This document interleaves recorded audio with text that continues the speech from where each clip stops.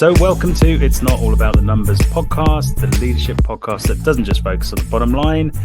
Hello, my name is Chris, and that is Mike. Hi, everyone. And today we have a fantastic co-host, someone all the way from the ODI, not the IOD, Andrew Newman, Principal Data Specialist, not scientist, at the Open Data Institute. Welcome, Andrew. Hi, Chris. Hi, Mike. Thanks for having me. So, as I said, if you're really enjoying what we're doing, we're going to be digging into data and transformation, the world of change and business and government and NGOs, all sorts of things. And if you like what we're doing, do hit subscribe and click those 5 stars because it really helps with algorithms and our motivations. So speaking of motivations, how's your week been, Mike?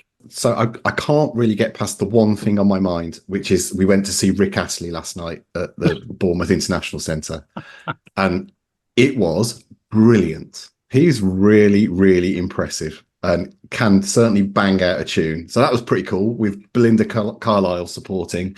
So it was me and felt like 10,000 middle-aged people that were harking back to the 80s. Every time 1980s were mentioned, people cheered. It was a bit like that.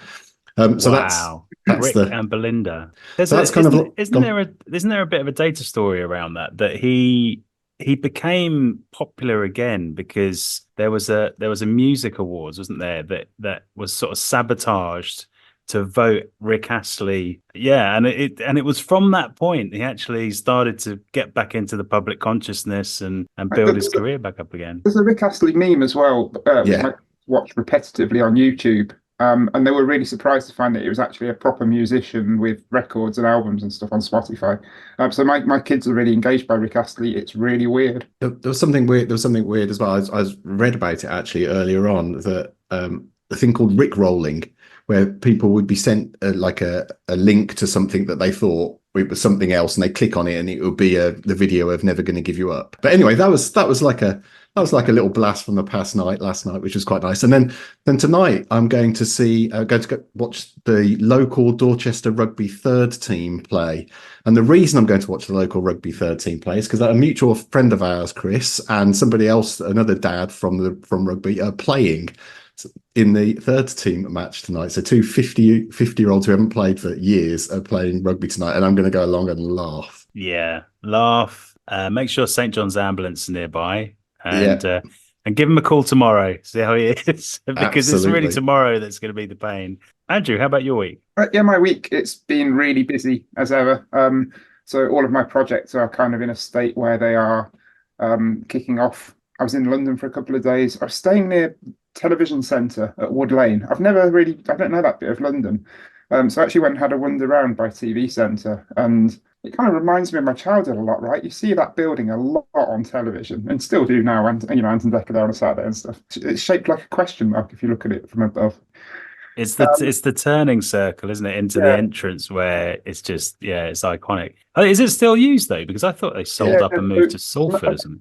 As far as I can tell, there's still a couple of studios there, and then the rest of it's kind of flats and apartments and restaurants and stuff. It's quite cool. I remember going there before it was sold off. When I was still at the Environment Agency working, and we were talking to them about weather forecasts and flood forecasts.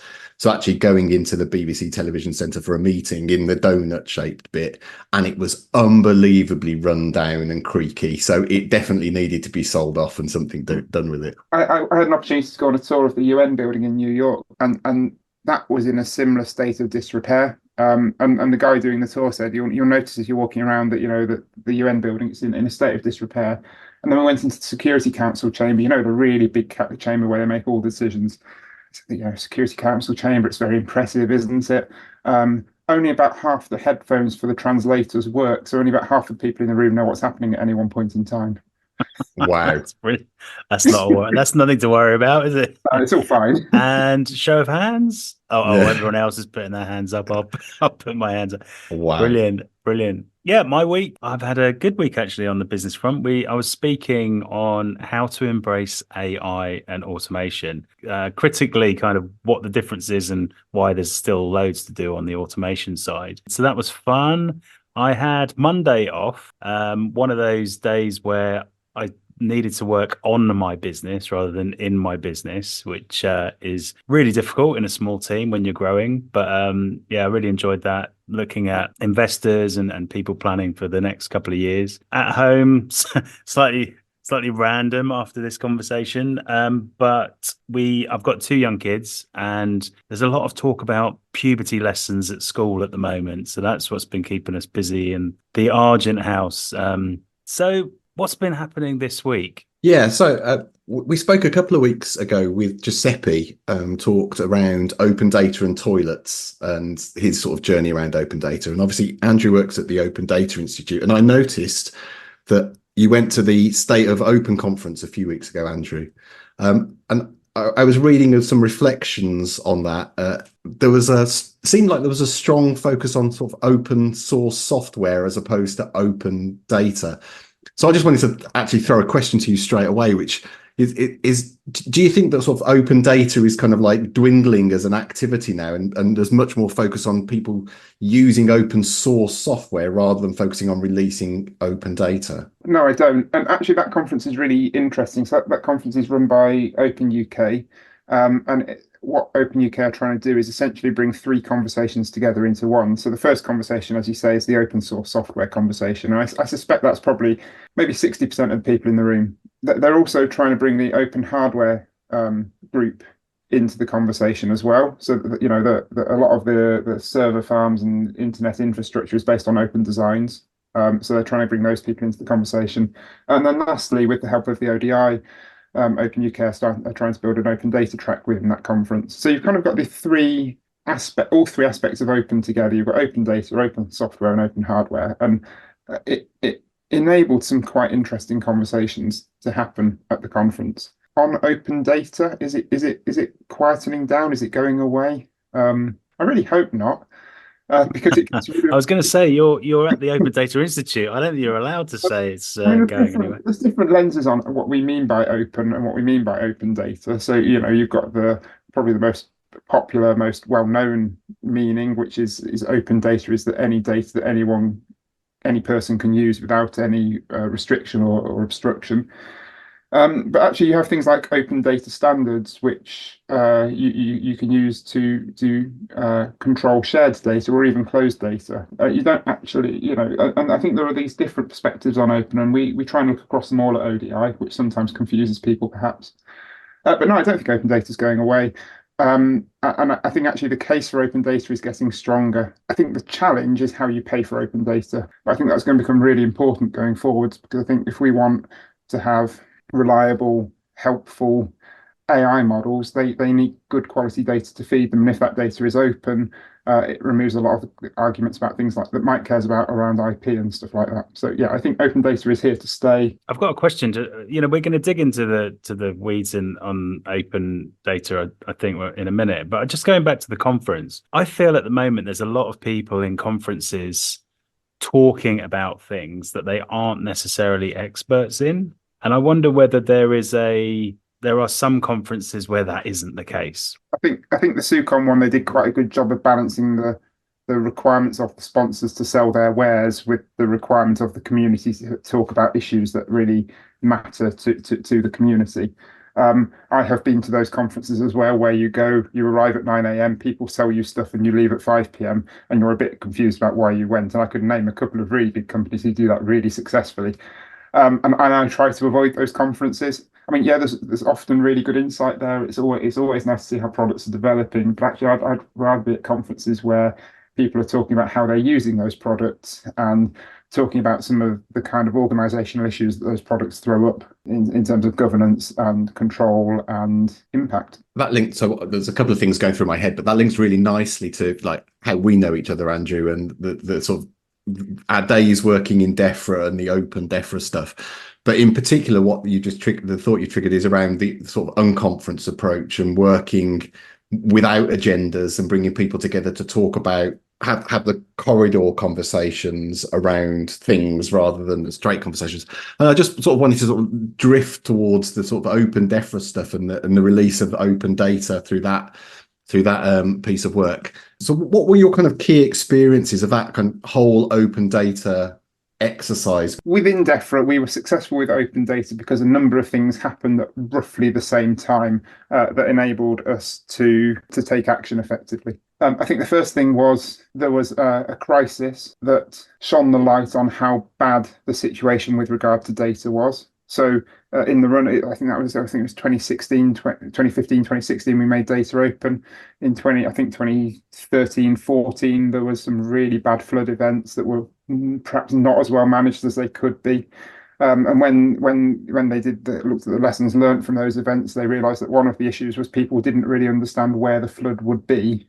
And when they looked at why people didn't understand where the flood would be, it was because all the flood risk models were commercialized and sold by the Environment Agency, which was an entirely fine thing for Environment Agency to do because it generated income for them, which enabled them to then maintain those models, which was really important. But it kind of flagged that the lack of equitable access to data meant that we couldn't respond to crises and we couldn't be and then the kind of logical next step from that was that we couldn't implement our policies as effectively more generally. And of course, that goes to the Secretary of State, and the Secretary of State doesn't really understand anything about data, but they do understand that policy isn't being acted effectively, and they're being made to look stupid on the spot in Parliament. So actually, we ended up at a point where there was a leadership requirement to fix the data, and fixing the data was about making the data accessible to more people. And as data specialists who knew about open data, we could go in and we could say, well, here's the solution, it's open data. And actually, some of the data is commercialized, so you need to think about what happens to the revenue that commercialized data generates. And because they didn't want to be in the same position for a third year running, they were prepared to invest. So we had leadership and we had investment. And then I think the third thing that really helped was we had quite a mature data community in the organization. It might not have felt it at the time, Mike, but DEFRA is quite mature with data. It is chock full of scientists. And scientists generally get data. So actually, when you went to the scientists and said, actually, we want to unlock your data, we want to make it available, we've the leadership want this to happen, there's some money to invest in it, they were like, yeah, sure, this is great. This is what we've wanted to do for years, but we've never quite been able to make it happen. And I think those were the things that made the program successful. We've just got one question, one sort of follow-on question to that, just sort of linking it back to something you said earlier. So you mentioned that in the first round of open data, we didn't get the business model right. How does that sort of flow through to the second wave of open? I think that block of work we did in DEFRA, I'd put that very much in the first wave of open, and I think we are slowly but surely building up to the second wave of open data at the moment. And so what did I think we got right in terms of business model? So publishing data costs money. And the last thing that I did at DEFRA was re-procure the environment.data.gov.uk service. And that service provides over 1,000 data sets. Most of them are open, some of them are controlled access. It serves about 1 billion API requests a year. And we procured a new 5-year contract to run that service, and it cost tens of millions of pounds. And actually, that cost for an organisation like DEFRA, it's reasonably easy to make the business case for that. You have to have a really robust business case to spend that much money, but it's reasonably easy to, because it's public sector and there's a clear good public good. But actually, when you look at the commercial sector and start asking the commercial sector to publish data, it's a genuine cost for those organisations, and that's why it's harder. I think that's why it's harder to get commercial organisations or quasi-commercial organisations to publish data than central government. I've experienced that, even internally, let alone open data. You have a lot of wooden dollars kind of conversations. It's like, well, this is costing us as an organisation, but who's actually going to take it into their budget? And we've talked about this a lot in the past, that the gains are distributed unevenly. So one team may actually be taking on the cost for something, and the gain is elsewhere.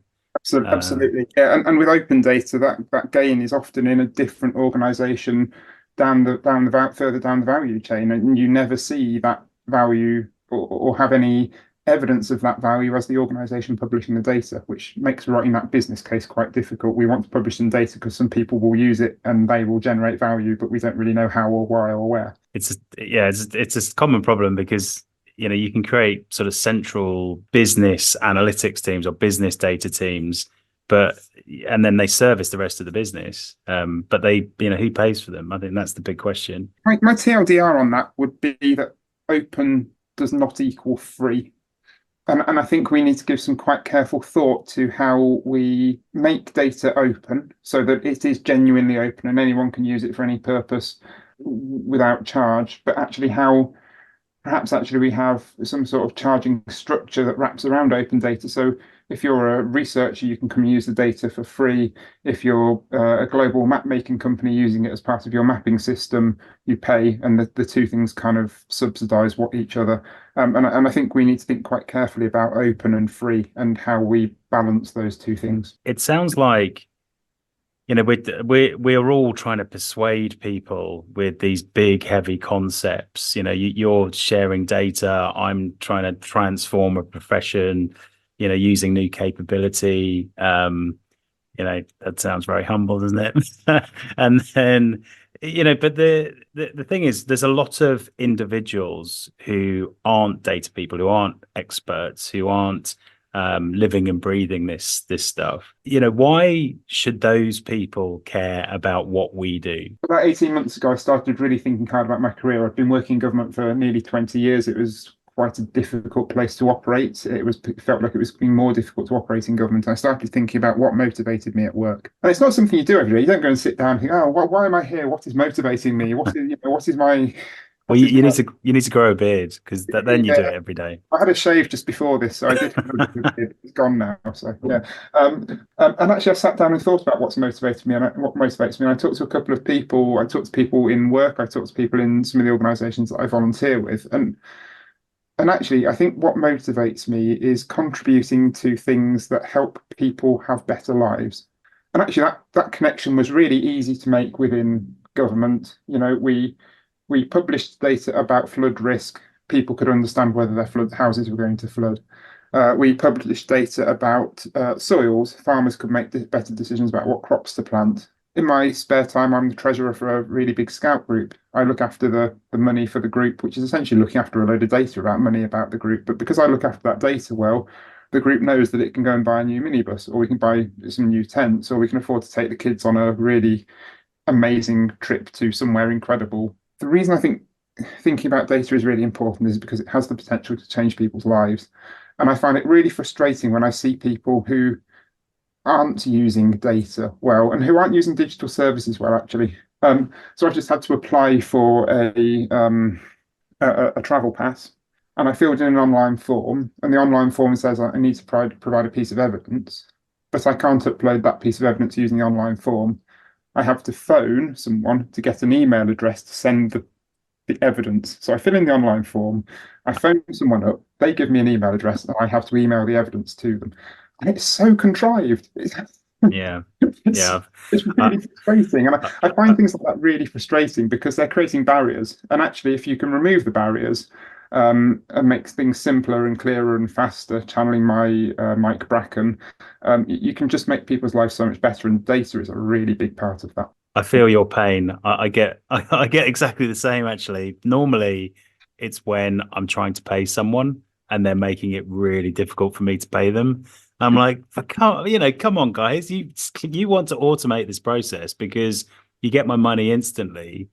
And it tends to be in sort of hotels and things like this, where a lot of the traditional hotels still require you to fill in paper-based forms, credit card authorization forms and things like this. It's like, this is driving me mad. What I really like about this, is you'll have heard me say this before, Andrew, a million times. It's that kind of like people, process, technology approach to change and transformation and doing things. And people always go technology. But this conversation and what you've just said there, Andrew, really resonates, which is it's actually the people bit, doing something that supports and helps transformation and change for, or even just services for people. And what you've just described, Chris, is that people interacting with the process bit. It's the technology can help, but you need to understand that pain point to be able to make that step forward. And I really like that. To illustrate that point, actually, Mike. So I'm speaking next month on GenCFO Talks, and we're linking kind of a few concepts together with something popular, which is VAR in football and sport. And we actually when you say something popular, it depends on what day and who you're talking to. Popular discussion topic, I guess, right? Yeah. But I asked, where is the issue with VAR? Is it the technology, the people, the process? And it was so clear that the least people thought the technology itself was the issue. It was the people and the process, and then people were talking about the governing body and how they went about doing it. And if you want to come and listen to that, then look out for Gen CFO Talks. But it just illustrates the point, right? It's the pain points and the frustration and people getting in the way of this. But I'll go back to the question, Andrew. Like, why should people care though? Because a lot of people don't see it in the way that we do. When we were talking to Giuseppe, he was saying, look, IT technology first change doesn't work. And if you've worked in innovation, you know that. And we were all nodding away, yes, yes, yes. But not everyone does see that. They go shopping for technology. How do we help these people? I think it's about pointing out the use cases. That's a technical term, but pointing out the use cases that people will feel familiar with, right? So actually helping people understand some of the really basic examples of how data impacts on them in their everyday lives. So actually, the price of goods in shops, I think, is a really interesting example. So there's just been a load of debate with the regulator about the special prices for people with club cards or Nectar cards that you can get in supermarkets and how those are displayed on the shelf tickets. Because I think basically the shelf ticket for the regular price said 6 toilet rolls, 50 pence per roll. But then the price for the loyalty card holder price just said 6 toilet rolls, £4. And it isn't clear that it's always better value because you don't have those unit costs on the labels. Yeah. And I think helping people understand that those prices, those unit costs are data, and that they are data that they can use to help them make better buying decisions is really important. And I think people need to understand how decisions more broadly are made about the things that the services they use, the things that they interact with. The ODI has done a lot of research into fuel poverty recently. And we've been looking at how you can use open data sets to identify people who are at risk of fuel poverty. And we've been really successful at that. Actually, you can predict fuel poverty at a really granular level using widely available open data. You can then start thinking about the impact that the price cap has. And we all see the newspaper articles about the energy price cap. But does anyone know how that energy price cap is calculated? What is the data that feeds into it? What does that price cap actually mean for me as someone who's got a reasonable sized house in the north of England versus someone who's got a flat in London? And actually people need to be data literate to understand the environment that they are trying to live in. Yeah, I just wanted to add to that because I completely agree. And the example that goes off in my brain and I think about is the whole sharing data, your health data via the NHS data. And when people see it on the face of it, they think it's like, oh, people are trying to harvest data about me to do bad things. Whereas actually, if you can share your data about, for me being diabetic and my health condition, if I share anonymized data about me and say, yes, that's fine, then the potential for that being used for research for good to actually improve my quality of life is really high. But that kind of closing of the circle and that value exchange is never part of the conversation. And that links to that data literate point. Sometimes it's not just data literate, it's almost like the word data puts people off. It's actually just life literate, and part of life is data. I quite like that. I hadn't thought of that before. I'm going to write that down.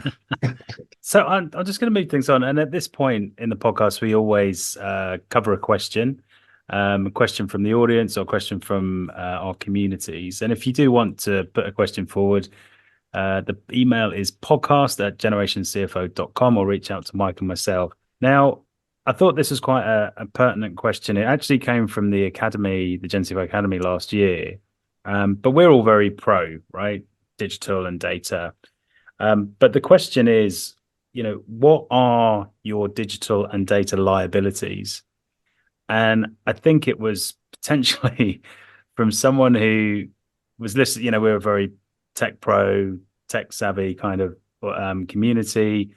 And we were saying, digital is an asset, data is an asset for sure. But I think with the professional skepticism of this business leader, it was like, but what about regulation, ethics, security, crypto, So what's your take on that? And probably more broadly than open data itself, Andrew, but just in terms of the liabilities. Oh, it's a really interesting question. And assets and liabilities, they sit at the opposite end of a seesaw, essentially, don't they? So, something that is an asset in one organization might be a liability in another, and vice versa.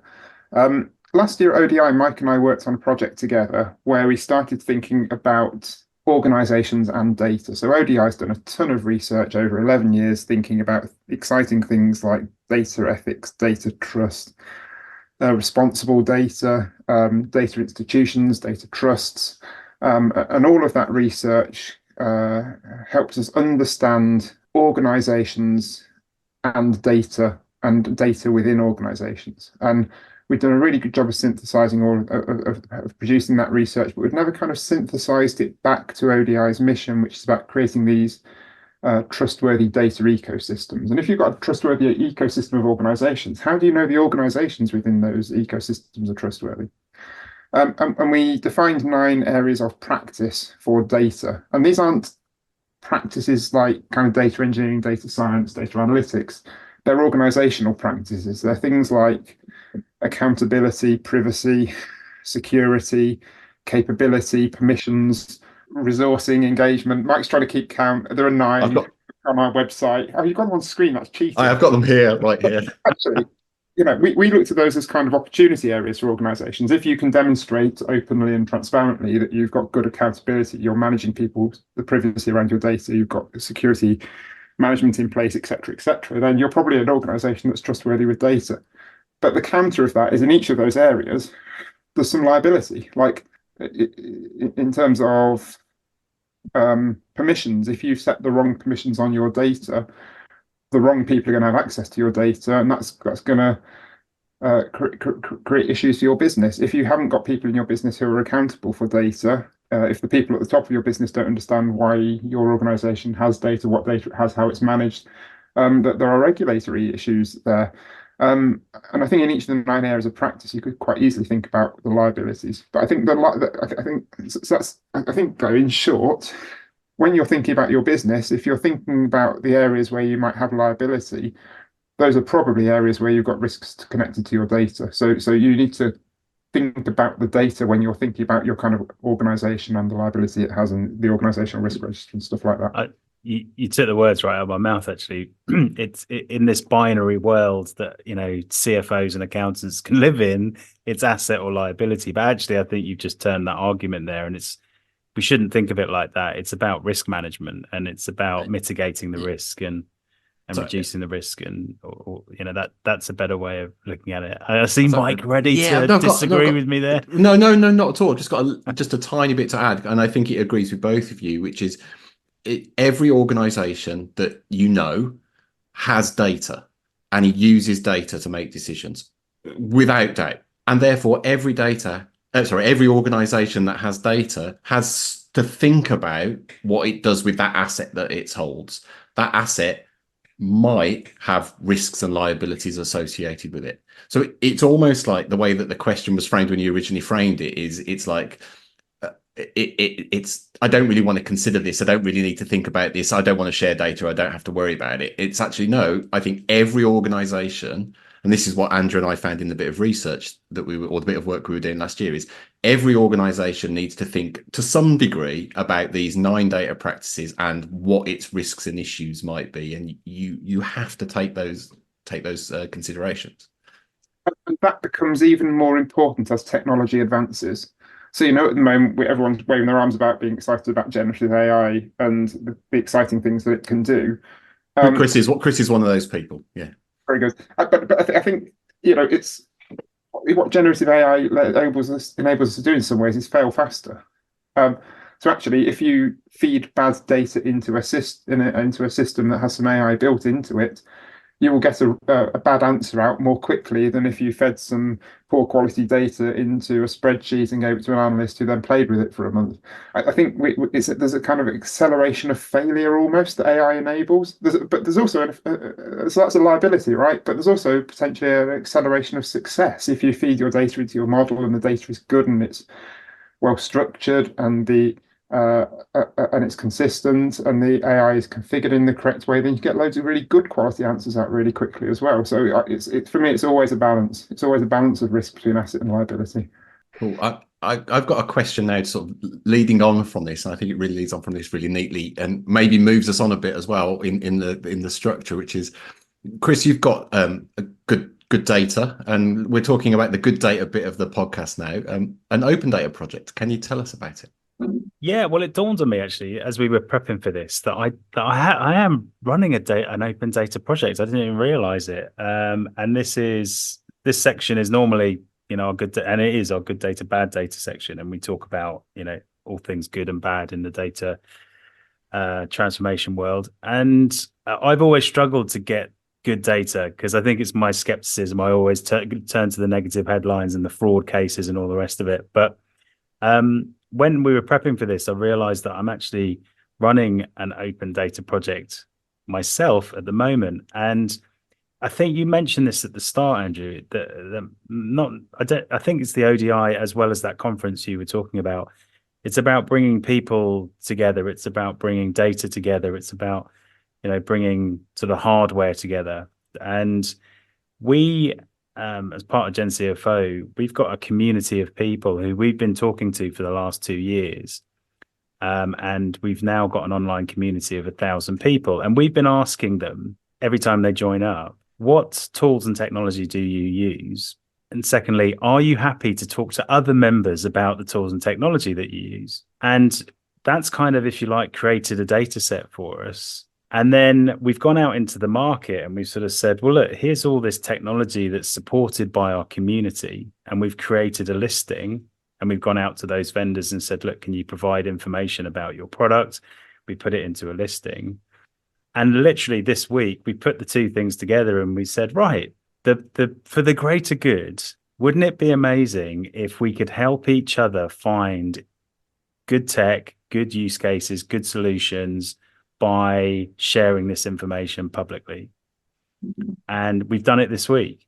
And it's brilliant. There's been a really good response to it. We've got 100 vendors on the first list. Like I said, we've got 1,000 people on the community. And we're just trying to connect the dots. And I'm really proud of this because, as you said, it's almost like this data plus people and this collective intelligence, which is basically what open data is, right? How would you find that data, Chris? How did I find it? No, how would we, if I want to go and find it now? Oh, this is me getting you to give a plug, right? The plug. Well, Generation CFO is the website, or you could search for the CFO Tech 100. And you'll find the listing of all of those 100 sort of community supported softwares. And then you have to sign up to the members community to get the sort of membership part of it, the members info part of it, if you like, where people will sort of put their hand up and say, yeah, I use this product and I use it for this and that and whatever. But I am stressing it's not, recommendation, it's just opinion, but it's really helpful opinion in a world with thousands of apps and, not enough time. And especially at a senior level, people want that level of referral. It just gives them confidence to sort of shortlist things and move forward quickly. But Andrew, does that sound open data to you, or am I just sort of, clunkily pushing this into an open data hole? So a purist probably wouldn't agree that it was open data. What it is it's an open approach to data. So actually, and I think that has value, right? Actually, collecting data from a community of people, encouraging them to share the knowledge that they have with the wider community for a greater good is a great thing. You're probably not going to license that under an open Creative Commons license. Maybe you will, I don't know, which would make it truly open data. But it is data that is generated by a community that is available within that community, and I think that's a really good step. If I should talk to you about that after the pod, because if it does work and if it is of value, I should talk to Mike after this pod. Mike is the IT guy; he knows all that stuff. then we would make it open. Why wouldn't we? We'd have to anonymize it and get consent from people who you're going to ask, but I'm sure that's possible. But yeah, anyway, I'm really proud of that good data because I've really struggled for any good data recently. it links back actually really nicely to sort of like one of the really early points that you made, Andrew, around the going to a conference, and actually sometimes you just want to hear about how people use things and people's lessons learned. It's almost like that's the data set that you're describing, Chris, for your community. It's going to save hundreds of people going to conferences that they really don't want to go to. Yeah. So it's a service. It's a service as well. Or just hearing from, vendors with very big marketing budgets, right? Because I think that's another world that we're living in at the moment, where there are small niche players who are doing incredibly use cases and providing huge amount of value, and they're probably 5-man, 10-man teams. It's a different approach to things. Anyway, so that was good data. Completely stole all of the time on that. Bad data. Are we going to talk Aussie Shall football? we do it? Shall we do let's do it. It's been sat there for about a month. Yeah. So about literally about a month ago now. So I saw something around a Football Australia data breach, and this might resonate with you, Andrew, with your recent qualification in data protection. So apparently, information on passports, player contracts, information on fans, and all customers from the Australian Football Association have been online for 2 years because human error had meant that the keys to the server had been hard coded into the website, so people could basically get into and hack into the whole system. I see you're laughing. The thing about this that I find absolutely astounding is it was online for 2 years, and this like access point was there for two years. So yeah, pretty bad. What do you think, Andrew? I can see you're nodding, so I think it's appalling, isn't it? There's a technical failure there, right, on one level, but actually more importantly, there's an organizational failure because they didn't have the controls in place to be able to identify that they had an issue. And then once they did identify an issue, it sounds like they would struggle to resolve it quickly. Yes. So yeah, it's a good example of why actually often data is about the organization and the processes and the people rather than technology. Oh, that's a soundbite and probably a great place to wrap this up. Andrew, thank you for all of your insights there. It's really interesting getting deeper into the open data side of things. If people want to connect with you, where can they find you? I'm on LinkedIn and I'm on Twitter at Andrew Newman. Excellent. And obviously they can look on the Open Data Institute website as well. The ODI website as well. Yeah. Cool. Okay. Sounds fantastic. So excellent. Well, it's at this point that we do some shout outs, and this week we do have a shout out. And if, like I said, if you do want to let us know about achievements or people or charity work or anything it is, just as being a listener, then do send your requests into podcast@generationcfo.com. And one of our previous speakers actually got back in contact with us, Lynn Tipley, about an ex-colleague who this is quite a personal shout out actually, because she worked with Cynthia Roth, who is an ex-colleague of hers, who has just passed her AAT finals. And I'm a trustee for the AAT, which is an accounting institution. And it's just lovely to do this. It's just lovely to do this, to sort of pass on the goodwill. She actually met us all last year, Mike. She was at the Jennies, the Digital Finance Function Awards, actually won. They were on stage. There's a great photo of them all. So congratulations, Cynthia. Keep doing what you're doing. And thank you, Lynn, for looping great people in with us. So that's it. Thank you very much, Andrew, for today. Thank you from me. Thank you, Mike. Thanks, everyone. And remember, it's not all about the numbers.